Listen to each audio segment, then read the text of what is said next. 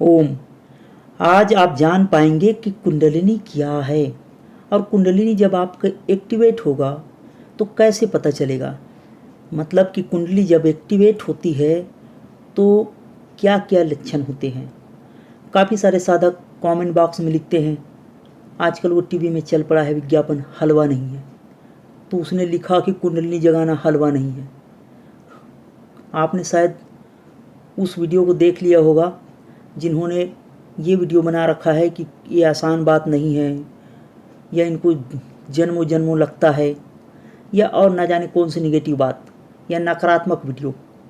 पर मैं बता दूं, बहुत ही आसान बात है, बहुत ही आसान। इतनी आसान कि जैसे कि योग वशिष्ठ हम कहते हैं कि हे राम जी, ज्ञान होना तो मात्र गाय के खुर को लांघने के बराबर है। तो अगर आप आध्यात्मिक मार्ग में हो तो आप इस बात को समझ सकते हो। अगर आपका हृदय थोड़ा भी शुद्ध हो तो मुक्ति तो बहुत ही आसान बात है। बांधा किसने है? अगर आपको तंबाकू खाने की आदत है, शराब पीने की आदत है, बस छोड़ दो, तंबाकू से मुक्त हो गए। ठीक वैसे ही अगर हमें लगता है कि कुंडली जगाना बहुत ही कठिन बात है तो हम भ्रम में हैं।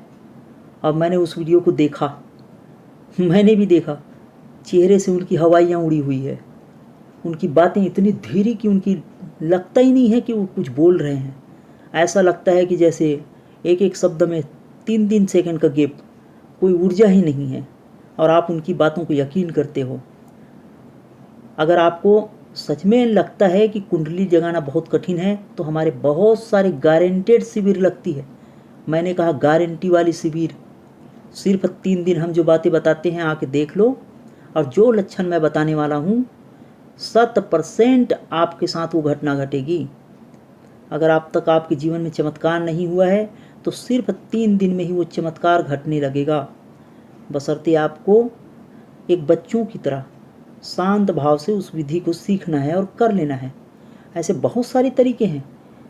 अगर आप घर बैठे भी करते हो तो भी आपको आपकी कुंडलिनी एक्टिवेट होने लगेगी।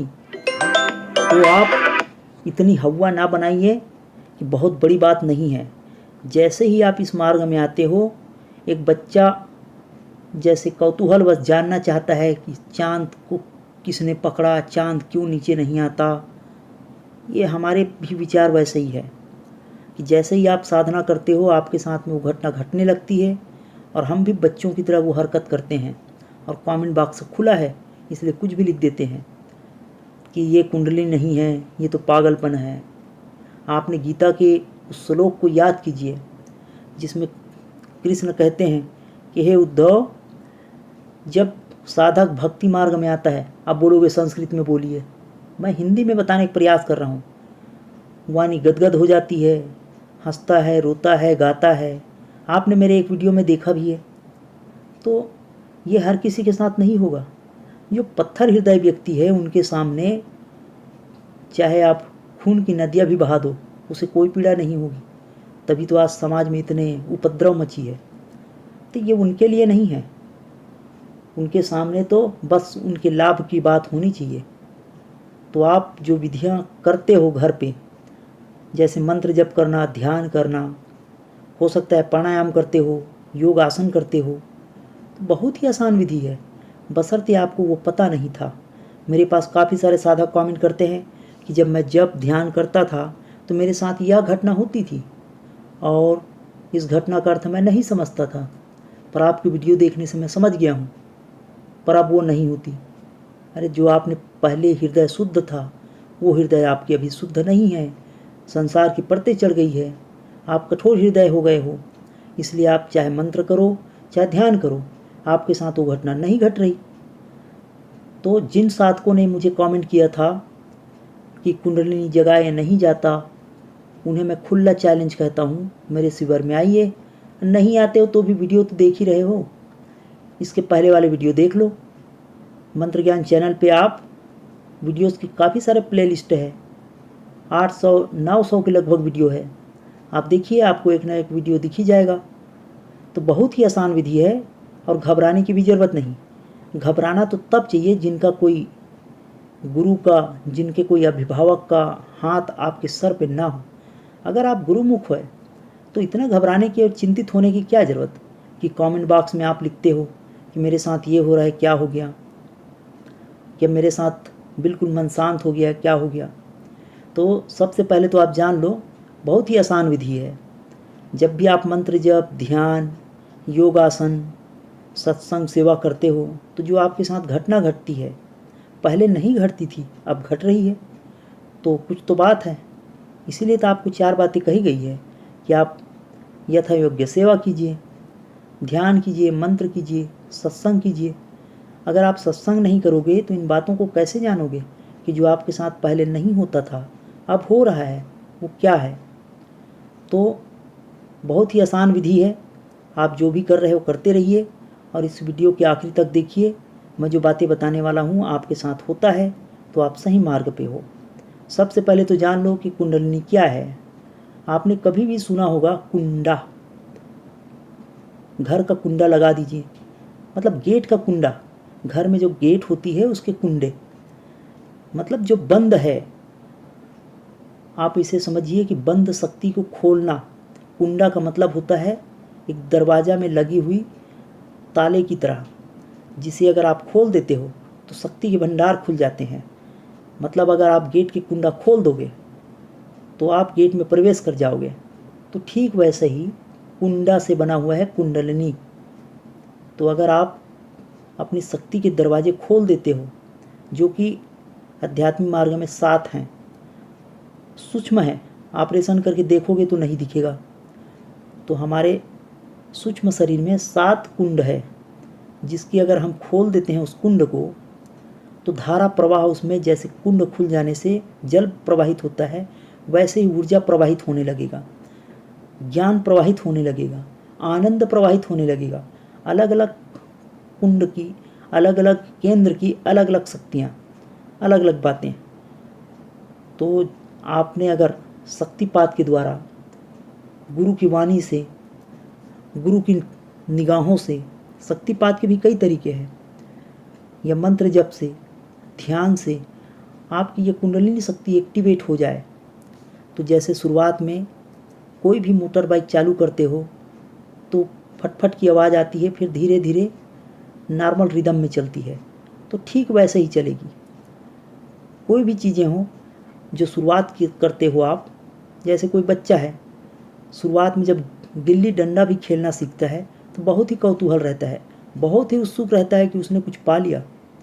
तो आप भी अगर मंत्र जप और ध्यान के माध्यम से जब कुंडलिनी एक्टिवेट कर लेते हो तो आप लोगों को जब बता देते हो तो आपने नुकसान किया, आपने अपनी शक्ति ट्रांसफ़र कर दिया। और आप भी बच्चों की तरह ही हो, हर कोई बच्चों की तरह है। जैसे ही कोई छोटा चीज़ या शुरुआत में जो भी वस्तु या विषय की ज्ञान होती है तो हम जिज्ञासा व्यक्त करते हैं कि हमारे साथ यह हो रहा है और ये हुआ और आगे क्या होगा। तो ठीक वैसे ही आपको शुरुआत जब होगी तो आपको शांत भाव बनाए रखना है। अगर आप सत्संग नहीं करते हो तो यह बात आपको पता नहीं चलेगी और आप निश्चित ही गलती करोगे। तो अगर आप मंत्र जप या शक्तिपात के माध्यम से, गुरु की निगाहों के माध्यम से जब आपकी कुंडलिनी जागेगी तो क्या होगा। शुरुआत में आपको कुंडलिनी जो है 3.5 कुंडल सर्पणी कहलाता है, कुछ लोगों ने इसे सर्पणी शक्ति भी कहा है। तो ये शक्ति जो है आपको शुरुआत में जैसे ही जगेगी बहुत कुछ होने लगेगा। मूलाधार से लेकर सहस्त्रसार तक अनंत अनुभव होंगे। एक एक करके मैं कुछ प्रयास करता हूँ, जो आपके साथ घटना घटी होगी उसे आप दोनों को मैच कीजिए, मिलान कीजिए और आप समझिए। अब इसका मतलब ये नहीं कि आप कुंडलिनी शक्ति संपूर्ण जगा लिया, संपूर्ण जगा लोगे तो कुछ और ही बात होगी।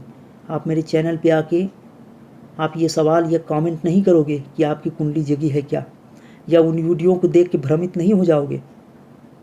जो वीडियोस निगेटिव वाली बात है, जिनके साथ मार्गदर्शक है उन्हें दुखी होने की क्या ज़रूरत। तो आप दुखी हो तो निश्चित ही आपके कोई मार्गदर्शक नहीं है। अगर है तो आप उसे ही अपने इशारे में नचाना चाहते हो, गुरु करना चाहते हो, गुरु को बनना नहीं चाहते हो। जो उसने बताया वो नहीं करते होंगे, आप अपने मर्जी की करते होंगे, इसलिए आपके साथ ये खतरे पैदा हुए हैं। तो सबसे पहले जब कुंडलिनी जगेगी तो आपको मूलाधार पे गुदगुदी होगी। हो सकता है कि आपके विचार बहुत तेज चलने लगेंगे, आपके मूलाधार में कंपन होगा, कभी आनंद आने लगेगा, कभी जो नियम करते हो मंत्र या ध्यान, उठ के भाग जाने का मन करेगा और बहुत सारी बातें घटेंगी, बुरे बुरे सपने आएंगे, बहुत ही ज़्यादा आपको ध्यान के समय ही पेशाब होने लगेगा, बार बार आप लघु शंका जाने की इच्छा जाहिर करोगे। और ऐसे कंडीशनों में आपको लघु शंका कर ही लेना चाहिए। फिर से हाथ मुंह धोकर आके बैठ जाइए, फिर से मंत्र करिए, फिर से ध्यान करिए। जैसे ही आप फिर आगे करोगे तो कभी ना कभी ऐसा होगा, जैसे ही आंखें बंद करते हो आपका दिशा भ्रम लगेगा कि आप उत्तर पे बैठे थे और पूर्व में बैठ गए हो, या आप ही का शरीर बैठा हुआ दिखेगा। आपको ऐसा लगेगा कि अंदर से आप ऊपर उठ रहे हो। जैसे जैसे आप आगे और बढ़ोगे और भी अनुभव होंगे। मंत्र जप करते करते आपको ऐसा लगेगा कि कोई आपके आमने सामने से गुजर गया, या आंखें खोल दूं कोई आया है, कोई हवा का झोंका लगा, रीढ़ की हड्डी से कुछ गुदगुदी ऊपर की ओर चढ़ेगी, चींटियों जैसा चलेगा, हजारों चींटियों जैसा चलेगा, और ऊपर सहस्त्रसार तक आपको शरीर में पीड़ा भी हो सकती है, कभी झटके भी लग सकते हैं, शरीर गर्म होने लगेगा, किसी का शरीर ठंडा भी होने लगता है, किसी को कुछ और भी दृश्य दिखने लगते हैं। और आपको पैर की दर्द तो छोड़ ही दो, मैं जो बातें बता रहा हूँ ऊपर की देखिए, क्योंकि पैर की भी दर्द होता है वो तो शरीर की घटना है, लेकिन यह भी एक नया अनुभव है कि अगर आप बैठते हो, कभी बैठे नहीं हो इसलिए पैर में दर्द हो रहा है। कुछ लोग कमेंट करते हैं हमारे पैर में दर्द होते हैं, हम क्या करें। आश्चर्य लगता है जब इस तरह का कमेंट सुनते हैं। ठीक है, कभी इस मार्ग में नहीं आए थे, कभी बैठे ही नहीं हो, कुर्सी टेबल में बैठ के खाने की आदत थी, तो वह भी होगा। पैर में दर्द वो तो पहले दिन ही शुरू हो जाएगी। जैसे जैसे आप आगे बढ़ोगे आपको श्वास जो है रिदम में चलने लगेगा। 2-3 महीने तक होते होते आपकी श्वास अचानक रुक भी जाएगी। सोते सोते भी आपको झटके लगेंगे, जब जागोगे तो पता चलेगा कि श्वास रुक गई थी। आपकी नज़रें कहीं टिक जाएगी, किसी विचार आप में शांत हो जाओगे। कोई कुछ कहेगा तो भी आपको याद नहीं रहेगा कि वो क्या कह रहा है, तो आप समझना कि और गहरे में उतर रहे हो। ये तो मैंने थोड़ा ही बताया, आगे आपको बहुत कुछ होंगे। जैसे जैसे आपका ध्यान आगे बढ़ते जाएगा, मंत्र या सेवा सत्संग आगे करते जाओगे, आपको और भी दिव्य अनुभव होने लगेंगे। रात के स्वप्न में आपको आपके गुरु, आपके मंत्र या स्वप्न में भी मंत्र चलने लगेगा। और आगे बढ़ो तो आपको और भी दिव्य दर्शन होने लगेंगे। कभी हिमालय, कभी पवित्र स्थान, कभी शिखर की चोटियाँ। सिर्फ अच्छे ही नहीं होंगे, बुरे भी होंगे। आपको ऐसे ऐसे दृश्य दिखेंगे कि आप डर सा जाओगे, और आपको काम भी ज़्यादा सताएगा, क्रोध भी होगा, किसी विषय में आप लोभित हो जाओगे, राग भी उत्पन्न होगा। पिछले जो दोस्त हैं आपके, हो सकता है कि उनके बारे में आप चिंतित हो जाओ कि मैं उनसे मिल लूँ, ध्यान को छोड़ूं और उनसे पहले मिल कर आऊँ। या कोई ऐसे अच्छे विचार आएंगे जिसे आप सोचोगे कि ध्यान छोड़कर मैं उस विचार को पहले पेन कापी में लिख लूँ या उनसे बात ही कर लूँ। राग होगा, या पुराने किसी दुश्मनी से किसी व्यक्ति का याद आएगा और आप उनसे एक बार फिर से दुश्मनी करने लगोगे। बैठे बैठे अपने आप को ही ठोकने लगोगे, सोचोगे कि मैं ध्यान छोड़ के अपने आप को ही घूसा मार लूँ, तो समझना आप आगे बढ़ रहे हो। तो काम होगा, क्रोध होगा, लोभ होगा, राग भी होगा, ईर्ष्या भी होगी, द्वेष भी होगा। कई बार इन सारी बातों को छोड़िए, ये सब झंझट है, क्या करना, मौज करो जीवन में, खाओ और सो, ऐसे भी विचार आएंगे। कई बार आपको भगवान है नहीं है, मंत्र होते हैं नहीं होते हैं, अच्छे विचार बुरे विचार, नकारात्मक सकारात्मक, जैसे जैसे आपकी विचार शून्यता आती जाएगी, ध्यान या मंत्र में प्रवेश करते जाओगे, संपूर्ण विचारों की आपकी मस्तिष्क में खलबली मचेगी। और भी आगे बढ़िए, मन शांत होने लगेगा। अन्नमय शरीर से ऊपर जब उठोगे तो आपकी प्राणमय शरीर आएगी, प्राण आपकी शांत होने लगेगी, रिदम में चलने लगेगा। विज्ञानमय शरीर में आओगे, मतलब आपका विचार जैसे जैसे शांत होगा, विचार शून्यता आएगी, बिल्कुल शांति अनुभव होगा।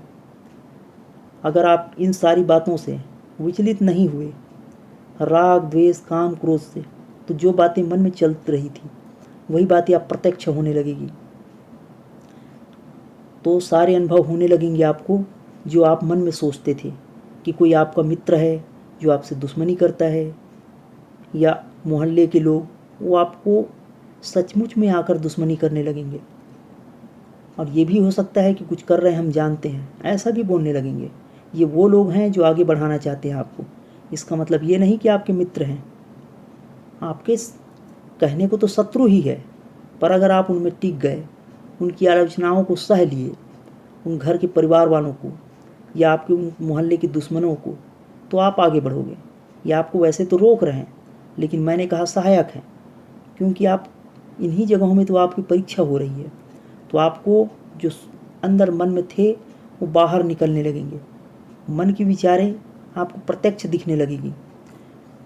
अगर आपके मन में काम है तो जिसे आप मनाने का प्रयास कर रहे थे, अर्थात आप अपने पति को मना रहे थे या आप अपनी पत्नी से बात करना चाह रहे थे और वो बात नहीं करती थी, जो पहले आपको नखरा दिखाती थी, वही आपके साथ में नखरे को छोड़कर आपके विचारों में, आपकी बातों में आकृष्ट होने लगेगी।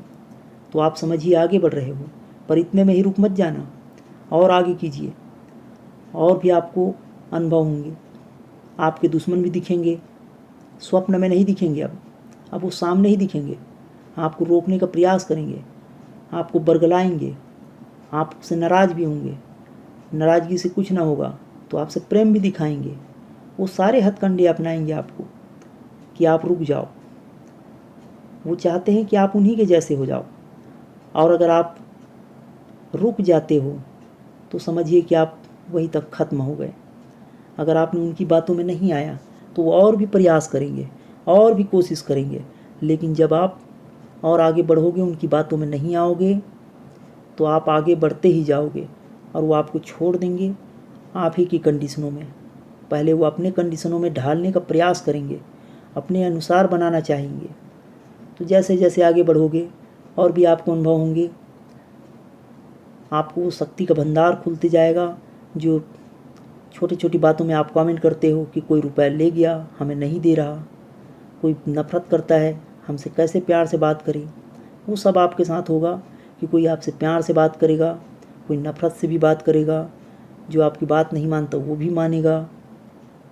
भूख भी लगेगी, कभी भूख खत्म हो जाएगी, कभी अचानक आपको दिव्य ध्वनि सुनाई देने लगेगी, अच्छे ध्वनि भी, बुरे ध्वनि भी, और आपको अच्छे दृश्य दिखेंगे, बुरे दृश्य दिखेंगे। जैसे जैसे आगे बढ़ो, आपको दिव्य गंध या ऐसे कोई गंदगी वाली गंध, जिसे दुर्गंध कहते हैं, वह भी आपको महसूस होगा। सहस्त्रसार से आपकी रस टपकने जैसा फील होगा, कानों से वो ध्वनि सुनाई देने लगेगी। तो आप आगे बढ़ते रहे तो आपकी मन और शांत अवस्था में जाएगी। आपको ऐसा लगेगा कि कोई आपको सदा मार्ग के लिए आगे बढ़ाने के लिए कोशिश कर रहे हैं, लेकिन कोई आपको रोक भी रहा है। तो बस आपको इन अच्छे बुरे विचारों में, रोकने वाले और सहयोग करने वाले, सभी में आपको सम रहना होगा। अगर आपको कहीं काम, क्रोध, भय, लोभ सताए, तो आपका वो मंत्र काम करेगा जो आपके गुरु द्वारा दिया गया है, या आपके गुरु चित्र है, उन्हें भी आप निहार सकते हो, उनसे भी आप प्रार्थना कर सकते हो। उनकी दिव्य शक्तियाँ आपको सहायक रहेगी। तो आगे बढ़ते जाइए, और आपके साथ ये अनुभव नहीं हो रहा है तो भी होगा। बस आपको वो क्रिया, वो मंत्र करनी है, ध्यान करना है। और ये बिल्कुल ना कहो कि कुंडली जगाना बहुत कठिन काम है, बहुत ही आसान काम है। जैसे जैसे आगे बढ़ोगे, रुदन होगा, हंसी होगी, वो तो शुरुआत में ही आपको महसूस होने लगेगा कि पहले जैसे आप थे वैसे आप नहीं रहे, आपके साथ समस्या बढ़ने लगी है। और जो व्यक्ति आपसे प्रेम से बात करता था वही आपसे नफरत भरी बातें कर रहा है। लेकिन आप सहन तो कीजिए, जो आपको नफरत भी करते हैं वह भी प्रेम करने लगेंगे। तो आप समझिएगा कि आगे बढ़ रहे हो। अब मैंने तो जो बातें याद आई उतना ही बताया, और जो अंदर की बातें हैं जिसे बताया नहीं जा सकता उसे आप अनुभव कर सकते हो। पर इस मार्ग में जैसे ही आओगे आपको परेशानियां शुरू होंगी। आप रुकना मत, आगे बढ़ना। परेशानियां किस मार्ग में नहीं है। अगर आप फसल काटने जाओगे तो भी हाथ कटने का डर है, साइकिल चलाओगे तो भी गिरने का डर है, ठंडे के दिन में सर्दी लगने का डर है, और ग्रीष्म ऋतु में लू लगने का डर है, और बसंत ऋतु में अपने काम को छोड़कर उन्हीं वादियों में खो जाने का डर है। तो हर जगह डर है। आप साहस दिखाइए, इस मार्ग में आइए और मंत्र, ध्यान, सत्संग करके आध्यात्मिक विकास कीजिए। अगर आपके साथ कोई गुरु नहीं है तो गुरु जरूर कीजिए, क्योंकि डरने की ज़रूरत तो उनको है जिनके कोई समर्थ गुरु का, मार्गदर्शक का हाथ आपके सर पे नहीं है। तो आप शांत भाव से किसी गुरु का बनिए। आपसे अगर ये जो मैंने अभी बताया ये सब कुछ भी नहीं हो रहा तो आप शक्तिपात में जाइए, आप अपने गुरु की निगाहों में आइए। जहाँ शक्तिपात होता है वहाँ जाइए। और शक्तिपात का मतलब ही है कि आपको शक्ति कम है वहाँ पे आपको शक्ति देगा, आपको विश्वास देगा, तो आप निश्चित ही आगे बढ़ोगे। और मैं परमात्मा से प्रार्थना करता हूँ कि अगर आपके साथ कोई भी अनुभव नहीं हो रहा तो वो अनुभव होने लगे, परमात्मा की कृपा मिले, आपके गुरु का आशीर्वाद मिले और आप आध्यात्मिक विकास करो। अब भौतिक विकास तो होना तय ही है। जिस दिन आप आध्यात्मिक विकास करोगे तो आपको भौतिक विकास भी होंगे, दैविक शक्तियाँ प्राप्त होगी आपको। आपकी वाणी में वो बात होगी, अगर आप बोलते हो तो सब ही सुनेंगे। आप जिसे मना करते हो मना से मान भी जाएगा, आप उसे आज्ञा दोगे तो बात को मानेगा।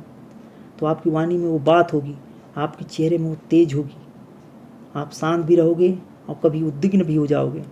तो ये सब उन्हीं के लक्षण हैं कि अगर आपकी कुंडली एक्टिवेट हो रही है तो ये सब घटना घटती है। इसका मतलब ये नहीं हुआ कि आप पूर्ण हो गए। मैंने कहा एक्टिवेट, शुरुआत। जब पूर्ण हो जाएगी तो आप मेरी वीडियो पे कमेंट ही नहीं करोगे। हो सकता है कि आप शांत रहोगे और जब आप कुछ बोलोगे तो सामने वाले को मदद या सहायक ही रहोगे। तो हमारे सत्संग में, क्रिया योग की साधना में, मंत्र सिद्धि की बहुत सारी हमारी साधना लगती है। अभी दिसंबर में है हैदराबाद, 5, 6, 7 दिसंबर को हैदराबाद। उसके बाद है 25, 26, 27 दिसंबर को फरीदाबाद। और उसके बाद है पठानकोट 30, 31 दिसंबर और 1 जनवरी। निःशुल्क है। अब निःशुल्क का मतलब आप 3 दिन तक साधना करोगे, खाओगे, रजाई गद्दे ठंडी में उपयोग करोगे, किसी का बेड उपयोग करोगे तो वो नॉर्मल कास्ट पड़ेगी आपको। हमारा ज्ञान पूरी तरह से निःशुल्क है। आपके खाने पीने का नॉर्मल कॉस्ट पड़ेगी, वो आप पेड करके। हमारे गारंटी वाली साधना है। हमने अभी जो बोला वो आपके साथ सब कुछ घटेगी, लेकिन आमने सामने आने पे वीडियो पे कमेंट ना करिए। अगर आप करते हो, आप साधक हो तो निश्चित ही अनुभव कर चुके हो, और नहीं हुआ है तो क्या आप किसी विषय को ही आनंद लेने में मग्न हो, तो आप ही समझिए फिर। और मैंने कुछ बातें याद आ रही है, आपको दिव्य रस भी आने लगेंगे, घी का, दूध का, और कड़वे रस भी हो सकता है अगर गलती हुई तो। इनकी सहायक आपके गुरु का ज्ञान ही करेगा कि क्यों कड़वा रस हो रहा है। अच्छी ध्वनि आ रही ठीक है, पर वो बादल की गड़गड़ाहट, वो भयंकर ध्वनि, उनमें आपका गुरु ही सहायक है।